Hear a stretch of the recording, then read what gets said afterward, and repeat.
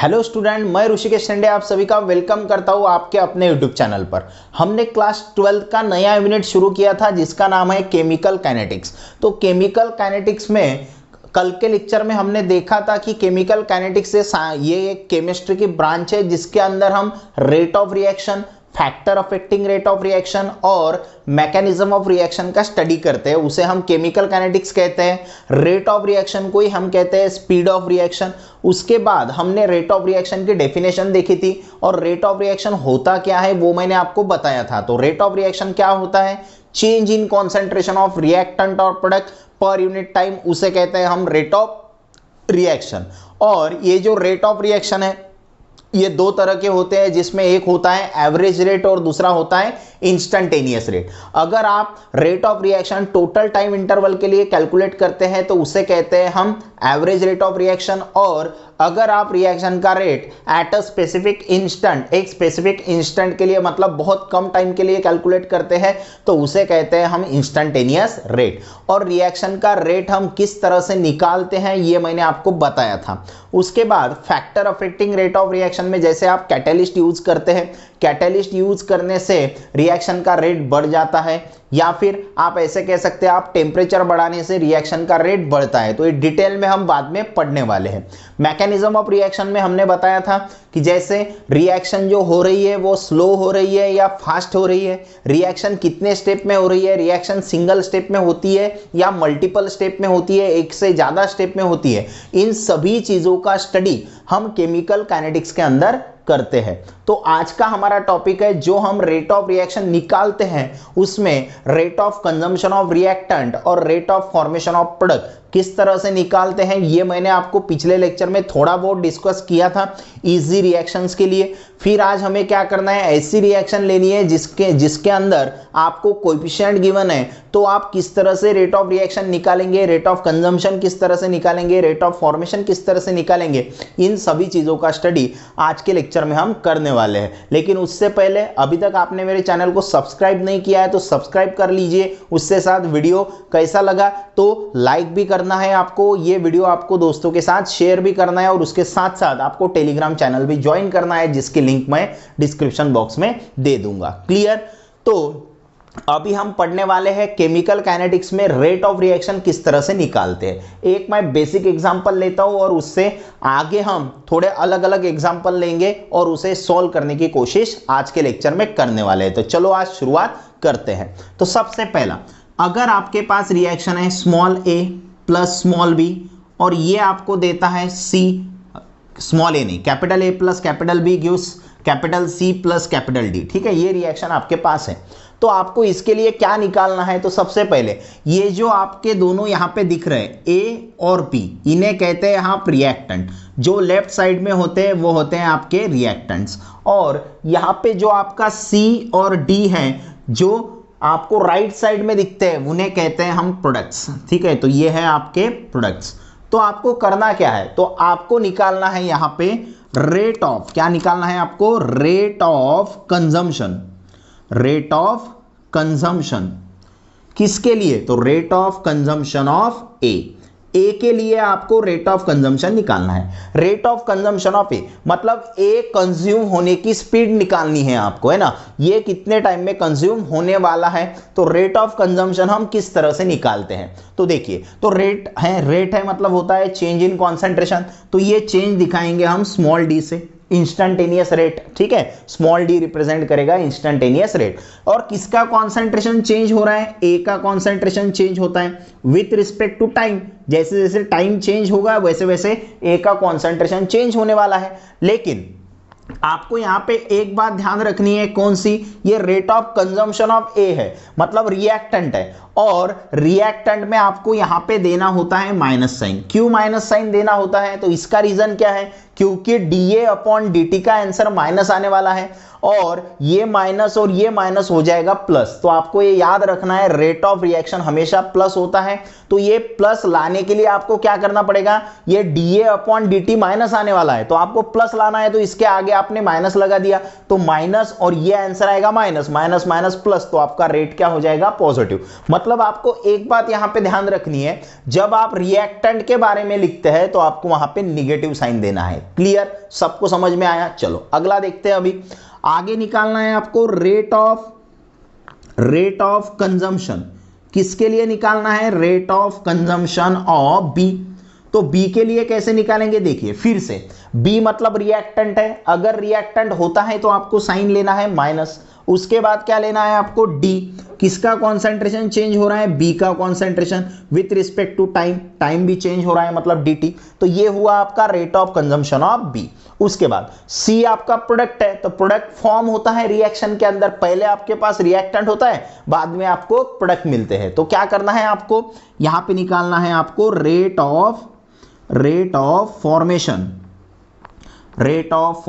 Of सी का आपको rate of formation निकालना है। देखिए फॉर्मेशन है म्हणजे प्रोडक्ट का फॉर्मेशन है, तो यहां पे एक बात आपको ध्यान रखनी है, अगर प्रोडक्ट है तो आपको यहां पे प्लस साइन लेना है, या फिर लाइन यहां पे साइन आपने दिया नहीं तो भी चलेगा। तो यहां पे क्या आएगा? डी। किसका कॉन्सेंट्रेशन चेंज हो रहा है? सी का concentration with respect to time. इस तरह से प्लस लिखा तो भी चलेगा, प्लस नहीं लिखा तो भी चलेगा, क्योंकि इसका डीसी अपॉन dt का आंसर आपका पॉजिटिव आने वाला है। जब हम न्यूमेरिकल सॉल्व करेंगे तब आपके ख्याल में ये आ जाएगा। उसके बाद आगे निकालना है आपको रेट ऑफ फॉर्मेशन।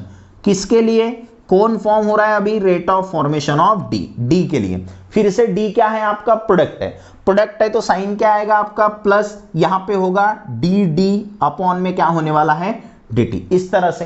क्लियर? तो ये आप निकाल सकते हैं। तो rate of formation of D, तो प्रोडक्ट है इसलिए प्लस साइन, अगर रिएक्टेंट है तो माइनस साइन। और एक बात आप क्या निकाल सकते हैं? और एक बात आप निकाल सकते हैं रेट ऑफ रिएक्शन का रेट क्या होने वाला है? जब आप रिएक्शन का रेट निकालते हैं तो आपको क्या करना है? आप रिएक्शन का रेट इसके रिस्पेक्ट में भी बता सकते हैं, इसके रिस्पेक्ट में भी बता सकते हैं, इसके भी और इसके भी, है ना। इन सभी के रिस्पेक्ट में आप रेट ऑफ रिएक्शन निकाल सकते हैं। तो रेट ऑफ रिएक्शन निकालेंगे कैसे? तो यही चीज आपके लिए इंपॉर्टेंट है। देखिए ये ए है, इसके लिए क्या होगा? माइनस, रिएक्टेंट है इसलिए आएगा माइनस। उसके बाद डी, किसका कॉन्सेंट्रेशन चेंज हो रहा है? ए का विथ रिस्पेक्ट टू टाइम, मतलब होगा dt। ये भी लिख सकते हैं आप। बी के लिए भी लिख सकते हैं, बी के लिए क्या होगा? माइनस db अपॉन में क्या आएगा? dt is equal to. C के लिए अगर आपको लिखना है तो सी प्रोडक्ट है आपका, तो क्या होगा? dc अपॉन में क्या होने वाला है? dt इज इक्वल्स टू, ये d आपका प्रोडक्ट है तो क्या होगा? प्लस dd अपॉन में क्या होने वाला है? dt। तो इस तरह से आप रेट ऑफ रिएक्शन निकाल सकते हैं। लेकिन ये आपकी सिंपल वाली केस है, सिंपल वाली केस मतलब जिसमें आपको यहां पे कोएफिशिएंट गिवन नहीं है। देखिए ये कोएफिशिएंट कितना है? यहां पे सभी कोएफिशिएंट कितने हैं? रिएक्टेंट और प्रोडक्ट के कोएफिशिएंट कितने हैं? 1 ही है ना। स्टाइकोमेट्रिक कोएफिशिएंट कहते हैं आप उन्हें, या फिर मोल्स भी कह सकते हैं। ए यहां पे 1 मोल है, बी भी 1 मोल है, सी भी 1 मोल है, डी भी यहां पे 1 मोल है। ठीक है, तो ये हमने ये जनरल रिएक्शन के लिए देख लिया है। अगली रिएक्शन हम देखने वाले हैं जिसके अंदर आपको क्या दिया होगा? यहां पे कोएफिशिएंट देंगे। क्या देंगे? यहां पे कोएफिशिएंट। अगर आपको कोएफिशिएंट गिवन है तो आप किस तरह से rate of consumption, rate of formation और रेट ऑफ रिएक्शन किस तरह से निकालते हैं, वही चीजें आज हमें डिस्कस करनी है। तो सबसे पहले क्या करना है आपको? इसका स्क्रीनशॉट निकाल लेना है, फिर हम अगला सॉल्व करते हैं। चलो तो और एक एग्जांपल देखते हैं अभी, जिसमें हमें कोएफिशिएंट गिवन हो गया है ना। अगर कोएफिशिएंट गिवन है तो किस तरह से हमें सॉल्व करना है, वही अभी हम देखने वाले हैं। क्लियर है? सबको समझ में आ रहा है? अरे सबको समझ में आ रहा है? अगर समझ में आ रहा है तो एक बार लाइक कर दीजिए वीडियो को, समझ में आ रहा होगा तो, है ना। अगर समझ में नहीं आ रहा तो लाइक करके कुछ फायदा नहीं। चलो देखते हैं अभी। अगर आपको ऐसी रिएक्शन दी है जिसके अंदर आपको कोएफिशिएंट गिवन है, कोएफिशिएंट गिवन है मतलब जैसे for example small A capital A plus small B capital B gives small C capital C plus small D capital D. ये रिएक्शन आपके पास गिवन है। क्या करना है आपको? सबसे पहले आपको निकालना है rate of consumption of reactant, rate of formation of product. ये निकाल लेंगे। कैसे निकालेंगे? देखिए सबसे पहले रेट ऑफ कंजम्पशन, है ना। क्या निकालना है आपको? Rate of consumption. किसके लिए? रेट ऑफ कंजम्पशन ऑफ ए के लिए निकालना है आपको, है ना। ए के लिए निकालना है आपको रेट ऑफ कंजम्पशन ऑफ ए। तो क्या होगा, रिएक्टेंट है इसलिए साइन आएगा माइनस, रिएक्टेंट है इसलिए साइन माइनस। फिर क्या होगा, कौन चेंज हो रहा है, डी चेंज, ए का कॉन्सेंट्रेशन चेंज हो रहा है विद रिस्पेक्ट टू टाइम, तो minus D A upon D T. यहां पे आपको कोएफिशिएंट से कुछ लेना देना नहीं है। एक बात ध्यान रखिए, जब आप रेट ऑफ कंजम्पशन के बारे में या रेट ऑफ फॉर्मेशन के बारे में लिखते हैं तो वहां पे आपको कोएफिशिएंट से कुछ लेना देना नहीं है। तो आपकी प्रोसीजर सेम होगी, रेट ऑफ कंजम्पशन, अब किसके लिए निकालना है, rate of consumption of B, B के लिए निकालना है। फिर से क्या होगा, माइनस, रिएक्टेंट है, रिएक्टेंट होने की वजह से माइनस। उसके बाद क्या होगा, डी बी अपॉन में आएगा डी टी। क्लियर। उसके बाद आगे देखते हैं, अभी आगे निकालना है आपको रेट ऑफ फॉर्मेशन, है ना, रेट ऑफ फॉर्मेशन किसके लिए, ऑफ सी, कैपिटल सी, हाँ, रेट ऑफ फॉर्मेशन ऑफ सी। क्या होगा, फिर से यहां पे प्रोडक्ट है इसलिए आएगा प्लस, प्रोडक्ट है इसलिए प्लस। उसके बाद क्या होगा, डी सी अपॉन में आने वाला है डी टी। क्लियर। उसके बाद और आगे क्या देखना है आपको, rate of formation, rate of formation किसके लिए, of D, rate of formation of D. फिर से प्रोडक्ट है इसलिए साइन आएगा प्लस। उसके बाद क्या होगा यहां पे, D D upon D T. तो यहां तक कुछ भी चेंजेस नहीं है, ये बात आपको समझनी है, ठीक है। कोएफिशिएंट अगर आपको गिवन है या फिर कोएफिशिएंट आपका 1 है तो आपको कुछ लेना देना नहीं है कंजम्पशन और फॉर्मेशन का रेट निकालने के लिए, ठीक है। कोएफिशिएंट से मतलब आपको कब है, तो आपको जब रेट ऑफ रिएक्शन निकालना है, क्या निकालना है आपको, rate of reaction, rate of reaction. तो रेट ऑफ रिएक्शन निकालते वक्त आपको एक बात ध्यान रखनी है, देखिए यहां पे क्या हो रहा है, कैपिटल ए, इसके कितने मोल्स कंज्यूम हो रहे हैं, तो यहां पे स्मॉल ए, या फिर आप ऐसे कर लीजिए, थोड़ा अच्छे से यहां पे लिख देता हूं मैं समझने के लिए, यहां पे m ले लेता हूं, यहां पे n ले लेता हूं, यहां पे x ले लेता हूं, यहां पे z ले लेता हूं, ठीक है, यहां पे z ले लिया। तो देखिए अभी जब a के m मोल्स कंज्यूम होते हैं, b के n मोल्स कंज्यूम होते हैं, तो c के x मोल फॉर्म होते हैं और d के z मोल फॉर्म होते हैं। मतलब जो मोल कंज्यूम हो रहे हैं और जो मोल फॉर्म हो रहे हैं वो सेम नहीं है, है ना, अलग अलग आपको दिख रहे हैं यहां पे।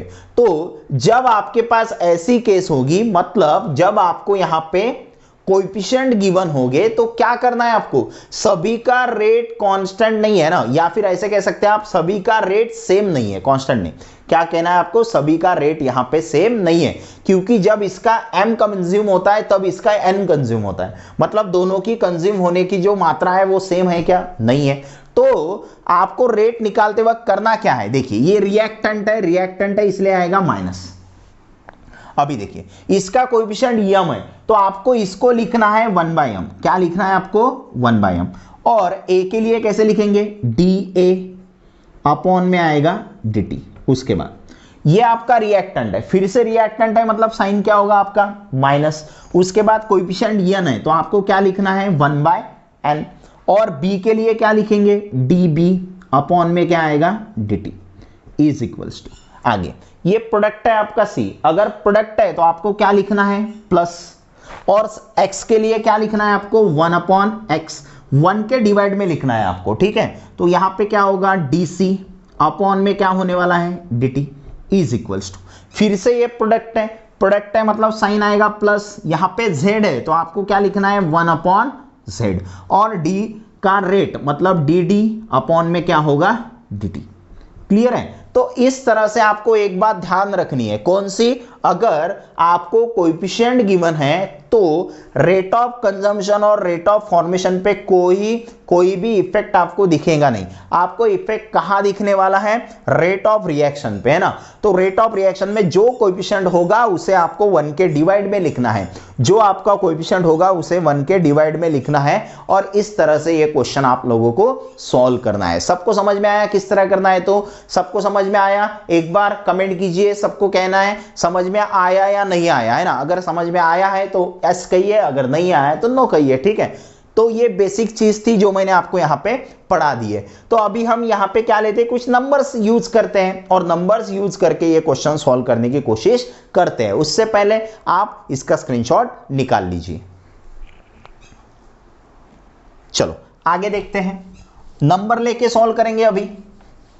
थोड़े कॉम्प्लिकेटेड केसेस भी लूंगा यहाँ पे जो आपको कंफ्यूज करने वाली है, किस तरह से निकालना है आपको, और अच्छे से आपको समझ में आएगा जब आप नंबर्स लेके इसे सॉल्व करोगे तब। देखिए अगर आपके पास एग्जाम्पल है इस तरह से, कैसा एग्जाम्पल गिवन है आपको, सपोज आपको यहां पे गिवन है 2a प्लस, यहां पे गिवन है 2a plus b gives 3c, ठीक है। तो इसके लिए आपको निकालना है, कैसे निकालेंगे, सबसे इंपॉर्टेंट बात, जब a के 2 मोल्स कंज्यूम होते हैं, b का 1 मोल कंज्यूम होता है, तो c के 3 मोल्स बनते हैं, ठीक है। जब a के 2 मोल्स कंज्यूम होते हैं, b का 1 मोल कंज्यूम होता है, तो c के 3 मोल्स प्रोड्यूस होते हैं। मतलब रेट जो है वो सेम है क्या सबके लिए? नहीं है, इसके जो 2 कंज्यूम होते हैं तब तक इसका एक ही कंज्यूम होता है, और इसके 3 फॉर्म हो जाते हैं, ठीक है। मतलब कैसे, तो वही चीज आपको मतलब समझने से ज्यादा इंपॉर्टेंट क्या है, इक्वेशन लिखते आना इंपॉर्टेंट है। कैसे लिखेंगे इक्वेशन, देखिए तो a के लिए क्या आएगा, सबसे इंपॉर्टेंट बात, पहले क्या निकालना है हमें, रेट ऑफ कंजम्पशन। कंजम्पशन को ही आप क्या कह सकते हैं, मैं यहां पे थोड़ा चेंज कर लेता हूं, कंजम्पशन को ही हम क्या कहते हैं, डिसअपियरेंस भी कहते हैं हम इसे, रेट ऑफ डिसअपियरेंस ऑफ ए, ऐसे भी लिख सकते हैं। डिसअपियरेंस को ही हम कंजम्पशन ही कहते हैं। तो रेट ऑफ डिसअपियरेंस ऑफ ए क्या होगा यहाँ पे, रेट ऑफ डिसअपियरेंस ऑफ ए, सबसे पहले ए रिएक्टेंट है इसलिए होगा माइनस, उसके बाद डी dt, और यहां पे किसका कॉन्सेंट्रेशन चेंज हो रहा है, a का कॉन्सेंट्रेशन, अपॉन में आएगा dt, इस तरह से। उसके बाद b के लिए अगर लिखना है तो कैसे लिखेंगे, रेट ऑफ डिसअपियरेंस, फिर से रिएक्टेंट है मतलब क्या होगा, डिसअपियर होगा, है ना। तो डिसअपियरेंस ऑफ किसका, b, तो क्या होगा, रिएक्टेंट है इसलिए साइन आएगा माइनस, किसके लिए, db, अपॉन में क्या आएगा, dt।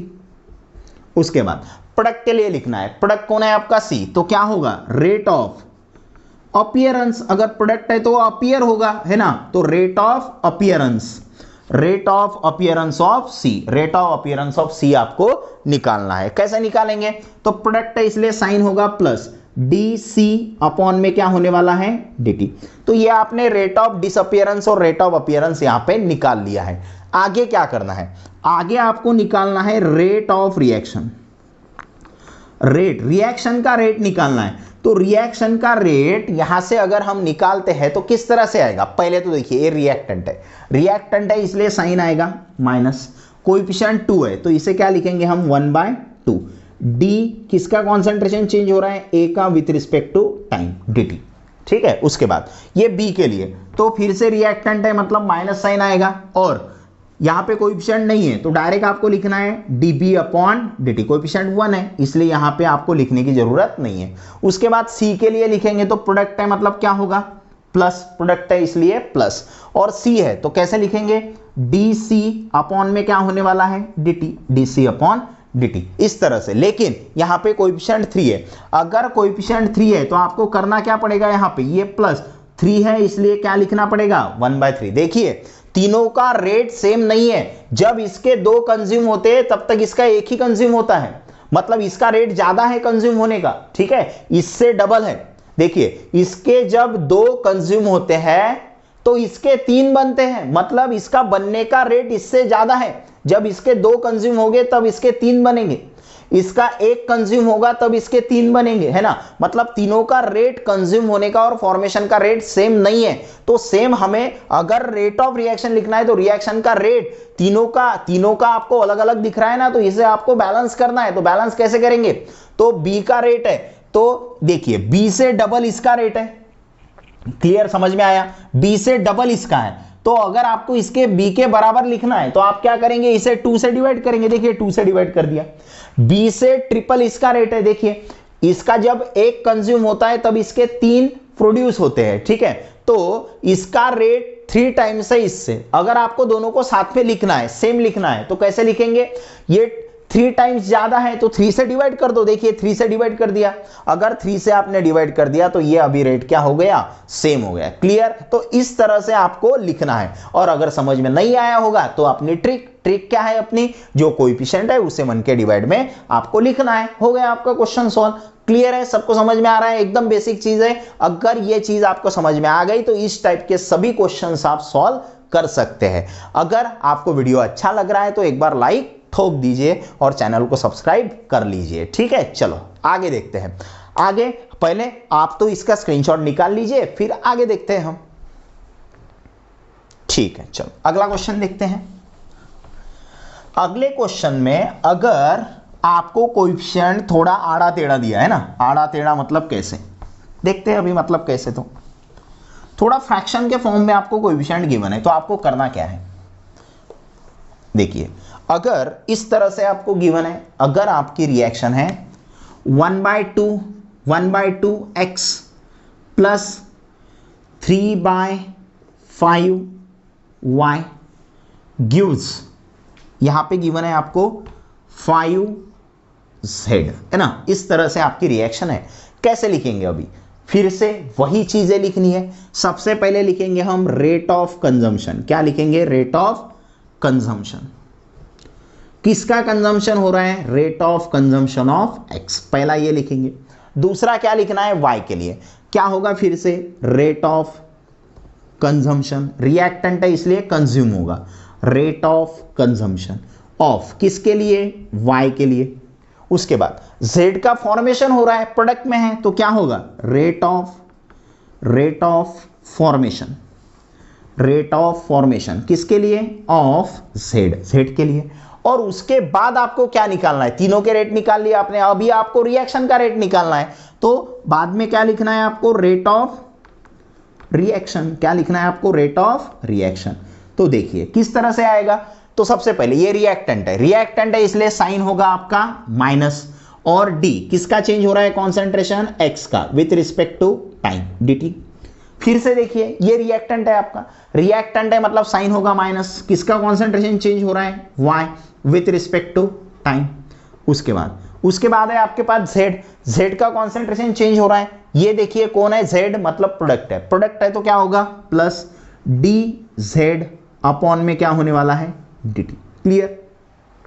और मैंने बताया था जब आप rate of consumption formation separate निकालते हैं, मतलब इस तरह से निकालते हैं, तो कोएफिशिएंट से आपको कुछ लेना देना नहीं है, ये बात आप सबको समझनी है। उसके बाद रेट ऑफ रिएक्शन क्या होने वाला है, रेट ऑफ रिएक्शन किस तरह से लिखेंगे, तो रेट ऑफ रिएक्शन क्या होगा, तो सबसे पहले आपको सबको एक साथ लिखना है। अगर एक साथ लिखना है तो कैसे लिखेंगे, ये रिएक्टेंट है मतलब माइनस 1 के डिवाइड में क्या लिखना है, कोएफिशिएंट क्या है आपका 1/2, तो 1 के डिवाइड में क्या होगा 1/2। यहां पे क्या होगा, डी किसका कॉन्सेंट्रेशन चेंज हो रहा है, x with respect to time मतलब dt। उसके बाद y के लिए कैसे लिखेंगे, फिर से रिएक्टेंट है मतलब माइनस 1 के डिवाइड में लिखना है, कोएफिशिएंट कितना है 3/5, तो नीचे क्या होगा 3/5। यहां पे क्या होगा, d कौन चेंज हो रहा है, y with respect to time. उसके बाद ये 5 है तो इसे कहां लिखेंगे, प्रोडक्ट है प्लस 1 के डिवाइड में आएगा 5, यहां पे dz अपॉन dt। इस तरह से आप लिख सकते हैं। और आगे क्या होगा, तो इसे आप ऐसे भी लिख सकते हैं, माइनस ये 2 ऊपर जाएगा, है ना, ये 2 ऐसे ऊपर शिफ्ट होगा, मतलब 2 dx अपॉन में क्या होने वाला है, dt। यहां पे क्या होगा, ये 5 ऊपर जाएगा, मतलब माइनस क्या होगा 5/3। उसके बाद यहां पे dy अपॉन में क्या होने वाला है, dt। और यहां पे ये तो वैसे के वैसे ही रहेगा 1/5, dz अपॉन में क्या होगा, dt। समझ में आया सबको क्लियर है, एकदम बेसिक चीजें हैं जो मैंने यहाँ पे आपको बताई है। अगर आपको कोएफिशिएंट गिवन है तो इस तरह से निकालना है, कोएफिशिएंट कुछ भी हो आपका उसे आप 1 के डिवाइड में लिख दीजिए, और ये आपका बेसिक मैथमेटिक्स है। ये 2 ऊपर शिफ्ट होगा, 5 ऊपर शिफ्ट होगा, ठीक है, ये बेसिक मैथमेटिक्स है। अगर ये चीजें आपको आती हैं तो आप इस तरह के क्वेश्चन सॉल्व कर सकते हैं। समझ में आया सबको, तो ये लेक्चर में हम इतना ही देखेंगे, अगले लेक्चर से हम न्यूमेरिकल स्टार्ट करेंगे इस टॉपिक पे, है ना, किस तरह से हम न्यूमेरिकल सॉल्व करते हैं, किस तरह से आपको क्वेश्चन दिए होते हैं, आपको किस तरह से डेटा निकालना है, ठीक है। और इसके साथ साथ हमारा अनअकैडमी पे भी लेक्चर चल रहा है। कौन सा लेक्चर चल रहा है वहां पे आज ही मैंने आयोनिक इक्विलिब्रियम स्टार्ट किया है, इलेक्ट्रोकेमिस्ट्री मैंने वहां पे खत्म करवा दिया है।